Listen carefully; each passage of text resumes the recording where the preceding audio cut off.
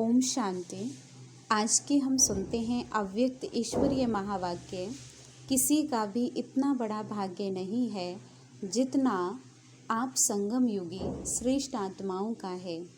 मस्तक से भाग्य की रेखाएं, नैनों से, होठों से, हाथों में अन्य पदम प्राप्ति की रेखा स्पष्ट दिखाई देती हैं। वर्तमान समय में बाप दादा वर्तमान संगम युग की प्राप्तियों के प्रारब्ध रूप में देखना चाहते हैं। अभी पुरुषार्थ स्वतः चले, मेहनत वाला नहीं। बाप से लिया है, लेते भी रहो, लेकिन आत्माओं से लेने की भावनाएं नहीं रखो। जैसे यह बदले तो मैं बदलूं, यह करे पहले तो मैं करूं, यह लेने की भावना है। बाबा एक एक बच्चे को दिल के पास देखते हैं। बाप दादा की दिल की बड़ी स्क्रीन है। आप सब दूर बैठे हुए बच्चों को अति समीप देख रहे हैं। आजकल के समय और सरकमस्टांस के प्रमाण अंतिम सेवा यही मनसा व मनोबल की सेवा है। इसका अभ्यास अभी से करो। अब हम सुनते हैं विस्तार से बाबा के महावाक्य। सार है आज का, संगम युग की प्राप्तियों की प्रारब्ध का अनुभव करो। मास्टर दाता महासहयोगी बनो। आज भाग्य विधाता बाप अपने श्रेष्ठ भाग्यवान बच्चों को देख रहे हैं। हर एक बच्चे के भाग्य की रेखाएं देख देख भाग्य विधाता बाप भी हर्षित होते हैं, क्योंकि सारे कल्प में चक्कर लगाओ तो आप जैसा श्रेष्ठ भाग्य किसी धर्म आत्मा, महान आत्मा, राज्य अधिकारी आत्मा, किसी का भी इतना बड़ा भाग्य नहीं है जितना आप संगम युगी श्रेष्ठ आत्माओं का है। मस्तक से अपने भाग्य की रेखाओं को देखते हो।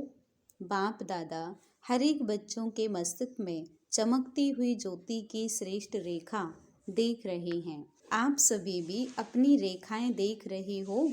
नैनों में देखो तो स्नेह और शक्ति की रेखाएं स्पष्ट हैं।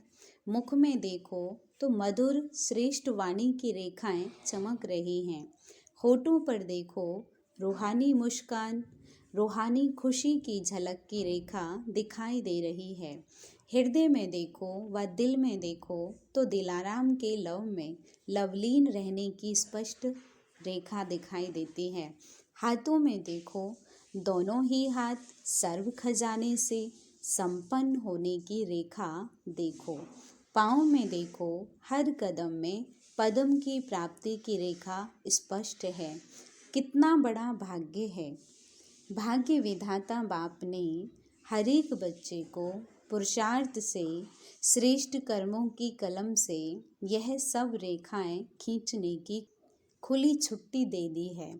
जितनी लकीर लंबी खींचना चाहो उतनी खींच सकते हो, लेकिन समय के अंदर जिसको जितनी लंबी लकीर खींचनी है वह स्वयं ही खींच सकते हो।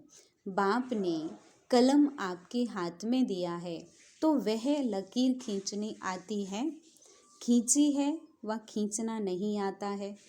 सभी को आती है। हाँ जी, बहुत अच्छा। देखो, अभी की तकदीर की लकीर आपको सारे कल्प में भी श्रेष्ठ बनाती है। 21 जन्म तो सदा संपन्न और सुखी रहने की रेखा चलती ही है, और द्वापर कलयुग में भी आपके पूज्य बनने की रेखा श्रेष्ठ रहती है। तो इस समय के भाग्य की रेखा सारा कल्प सदा चलती, क्योंकि अविनाशी बाप की अविनाशी रेखा है। तो सदा अपनी श्रेष्ठ भाग्य की रेखा स्मृति में रहती है। रहती तो है, लेकिन कभी इमर्ज रहती है, कभी मर्ज रहती है, वह सदा ही इमर्ज रहती है। इसमें कम हाथ उठा रहे हैं, देखना सदा इमर्ज रहे। इमर्ज रहने की निशानी है पुरानी स्मृतियाँ, पुरानी संस्कार की रेखाएं मर्ज हो जाती हैं। कभी भी पुरानी संस्कारों की रेखाएं व पुरानी बातों की स्मृति की रेखाएं इमर्ज नहीं हो, मर्ज हो, और मर्ज रहते रहते समाप्त हो जाएं। जहाँ श्रेष्ठ भाग्य की रेखाएं इमर्ज हैं, वहाँ पुरानी रेखाएं इमर्ज होना असंभव है। अगर होती हैं तो सिद्ध होता है कि श्रेष्ठ भाग्य की रेखा सदा इमर्ज नहीं रहती है।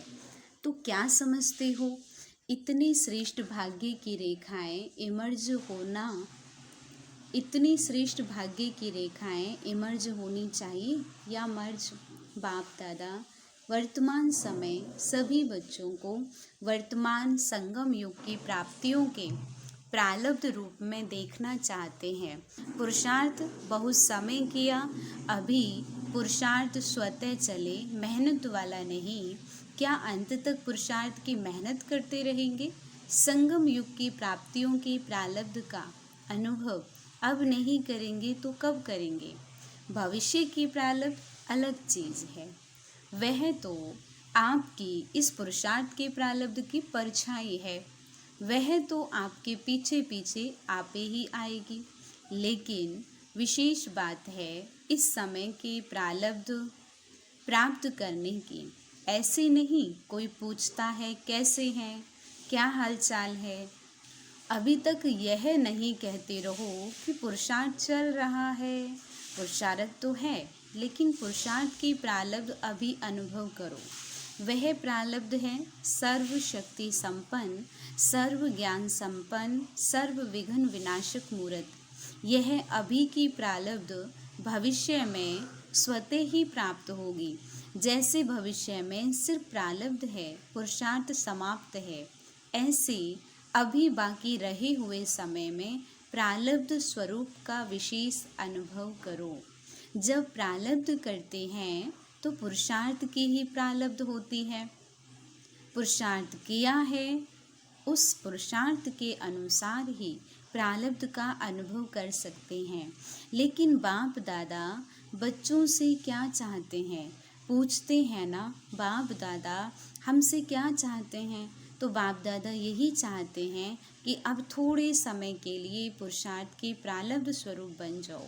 बन सकते हो कि पुरुषार्थ की मेहनत बहुत अच्छी लगती है, प्रारब्ध वाले बनेंगे? अभी पुरुषार्थ कर रहा हूँ, पुरुषार्थ हो जाएगा, करके दिखाएंगे, यह शब्द समाप्त हों। करके दिखाएं क्या? दिखाओ। और कब दिखाएंगे? क्या विनाश के समय दिखाएंगे? इसकी बहुत सहज विधि है कि अब मास्टर दाता बनो। बाप से लिया है और लेते भी रहो, लेकिन आत्माओं से लेने की भावना नहीं रखो। यह कर लें तो ऐसा हो, यह बदले तो मैं बदलूं, यह लेने की भावना है। ऐसा हो तो ऐसा हो, ये लेने की भावनाएं हैं। ऐसा हो नहीं, ऐसा करके दिखाना है। हो जाए तो नहीं, लेकिन होना ही है और मुझे करना है। मुझे वाइब्रेशन देना है, मुझे रहमदिल बनना है, मुझे गुणों का सहयोग देना है, मुझे शक्तियों का सहयोग देना है। तो मास्टर दाता बनो। लेना है तो एक बाप से लो, अगर और आत्माओं से भी मिलता है तो बाप का दिया हुआ ही मिलेगा। तो दाता बन, फ्राक दिल बनो। देते रहो। देने आता है या सिर्फ लेना आता है? अब जो जमा किया है वह दो। आपस में ब्राह्मण आत्माएं भी मास्टर दाता बनो और दे तो मैं दूँ नहीं, मुझे देना है। खजाना है आपके पास, भरपूर भरपूर है, गुणों से भरपूर है, शक्तियों से भरपूर है तो देते क्यों नहीं हो? अपने लिए छिपा कर रखा है क्या? जब खजानों से भरपूर हो तो देते जाओ। यह क्यों करता, यह क्यों कहता, ये सोच नहीं करो। रहम दिल बन, अपने गुणों का, अपनी शक्तियों का सहयोग दो। इसको कहा जाता है मास्टर दाता, महासहयोगी। सहयोगी भी नहीं, महासहयोगी बनो, महादाता बनो। तो समझा बाप दादा क्या चाहता है? बाप दादा अभी तक बच्चों के पुरुषार्थ की मेहनत देख नहीं सकते।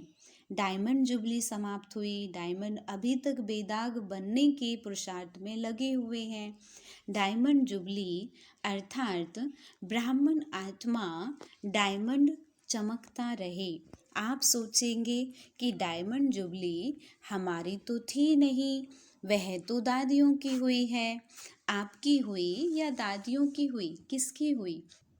यज्ञ के स्थापना के कार्य की डायमंड जुबली सिर्फ दादियों की नहीं, स्थापना के कार्य की डायमंड जुबली तो आप सभी चाहे 2 साल के हो, चाहे 12 साल के हो, चाहे 50 साल के हो, लेकिन स्थापना के कार्य के निमित्त तो हो ना, या नहीं?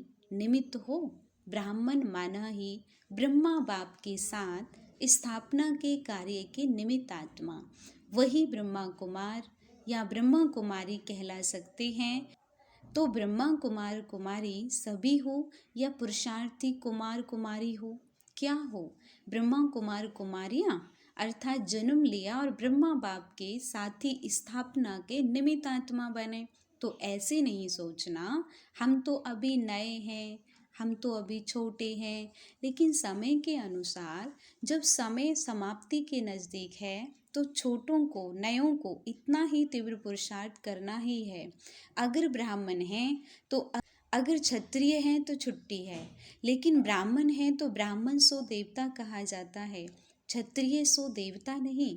तो ब्राह्मण आत्माओं को स्थापना के निमित्त बनना ही है ही निमित्त। इसलिए अभी मास्टर दाता बनो। दान नहीं करो लेकिन सहयोग दो। ब्राह्मण ब्राह्मण को दान नहीं कर सकता, सहयोग दे सकता है। तो क्या कहा? महादाता महासहयोगी बनो। अभी 1 साल वाला भी है तो भी समय के अनुसार अभी बचपन की बातें समाप्त करो, क्योंकि सभी बच्चे वानप्रस्थ अवस्था के समीप हो। समय की गति प्रमाण, ड्रामा के नियम प्रमाण अभी सभी की वानप्रस्थ अवस्था समीप है। बाप दादा जानते हैं बच्चों का बाप से जिगरी स्नेह है। जिगरी स्नेह है ना, या ऊपर ऊपर का स्नेह है, दिल का स्नेह है, तब तो भाग कर आए हो ना। देखो, बेहद के हॉल में बेहद के बाप के बच्चे बेहद के रूप में विराजमान हैं।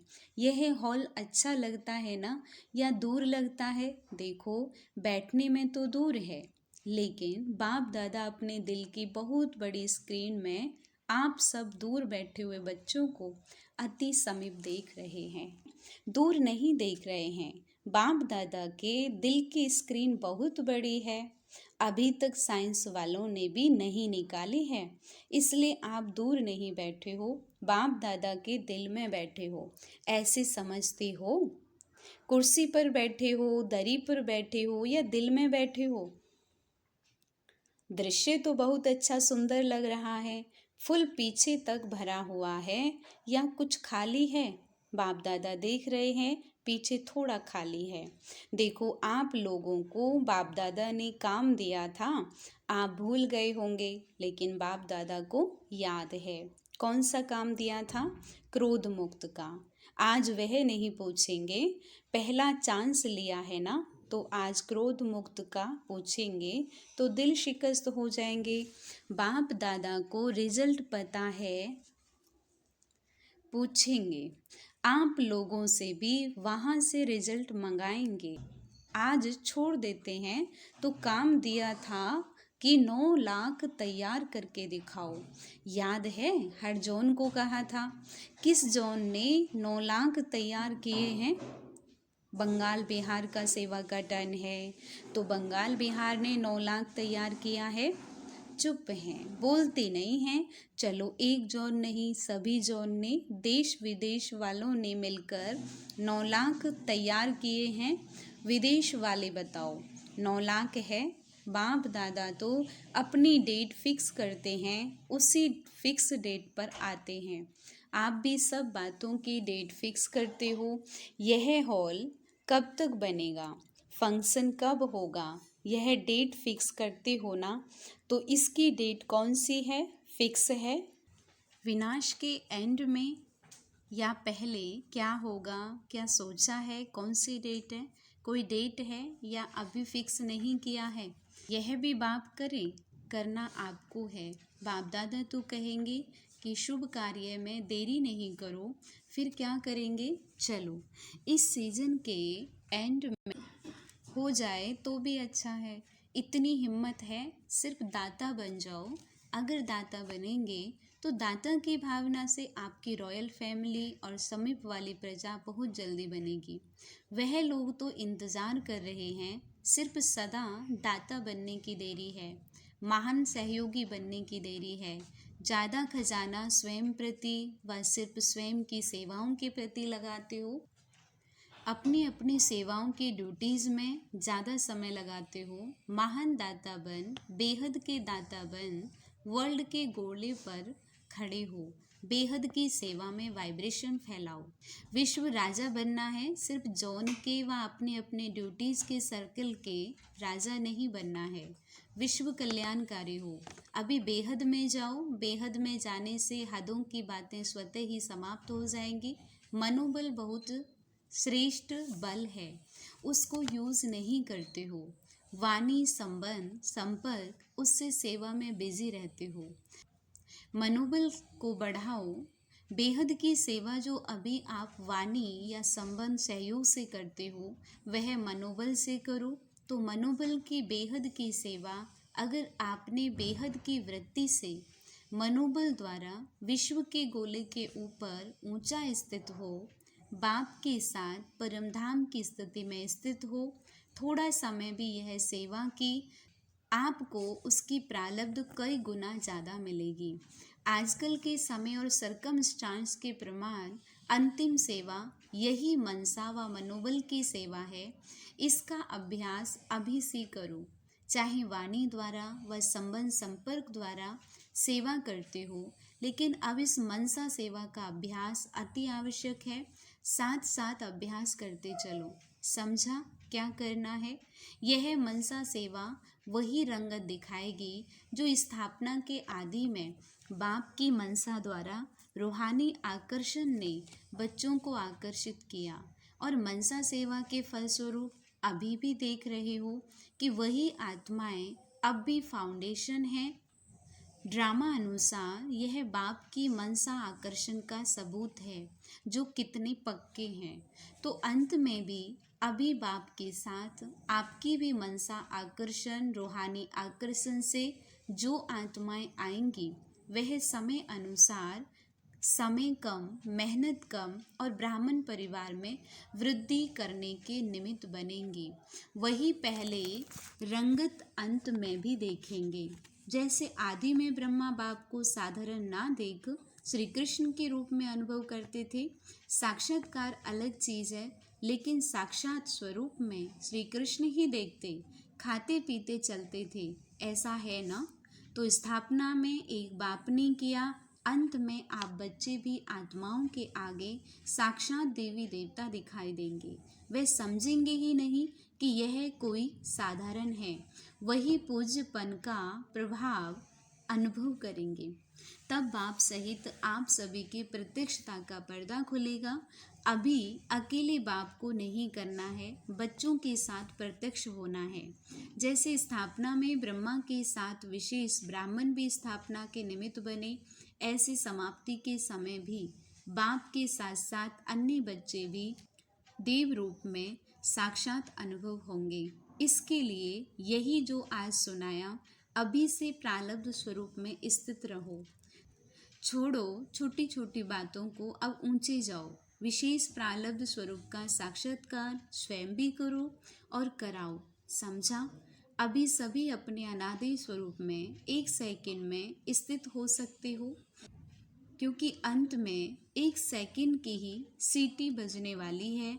तो अभी से अभ्यास करो, बस टिक जाओ।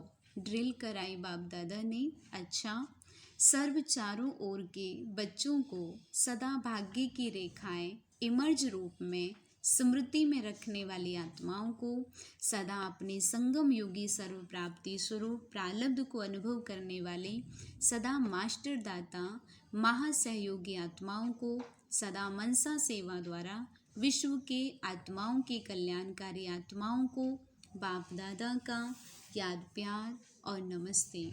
रूहानी हम बच्चों के रूहानी बाप दादा को नमस्ते नमस्ते। शुक्रिया बाबा, शुक्रिया। वरदान है आज का, कर्म योग की स्टेज द्वारा कर्म भोग पर विजय प्राप्त करने वाले विजयी रतन भव। कर्म योगी बनने से शरीर का कोई भी कर्म भोग भोगना का अनुभव नहीं कराता है। मन में कोई रोग होगा तो रोगी कहा जाएगा। अगर मन निरोगी है तो सदा तंदुरुस्त है। सिर्फ शेष शैया पर विष्णु के समान ज्ञान का स्मरण कर हर्षित होते मनन शक्ति द्वारा और ही सागर के तले में जाने का चांस मिलता है। ऐसे कर्म योगी ही कर्म भोग पर विजय प्राप्त कर विजयी रतन बनते हैं। स्लोगन है आज का, साहस को साथी बना लो तो हर कर्म में सफलता मिलती रहेगी। ओम शांति।